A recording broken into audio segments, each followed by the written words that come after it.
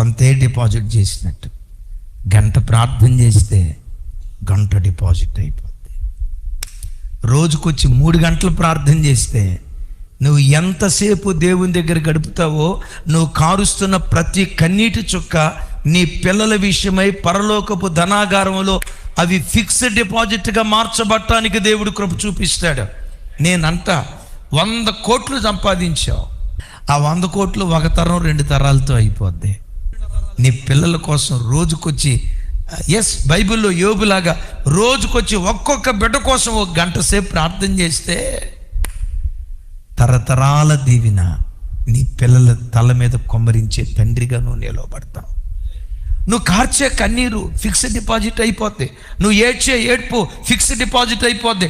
దేవుని సన్నిధిలో నువ్వు ప్రలాపించే ప్రలాపం పిల్లలకు ఫిక్స్డ్ డిపాజిట్ అయిపోద్ది. అందుకని ఎక్కడైనా చూడండి, దేవుని చేతిలో బలంగా వాడబడే ఏ సేవకుని కదిలించిన 90% చెప్పే మాట ఏంటో తెలుసా? మా అమ్మ నాన్నలు ప్రార్థన పరులయ్యా, వాళ్ళు కార్చిన కన్నీళ్ళే మమ్మల్ని దైవ సేవకులుగా మార్చాయి. వారు కార్చిన కన్నీటి ప్రార్థన బలమే ఈరోజు దేవుని చేతిలో మేము బలంగా వాడబట్ట ఏ సేవకునైనా మీరు కదిలించరు.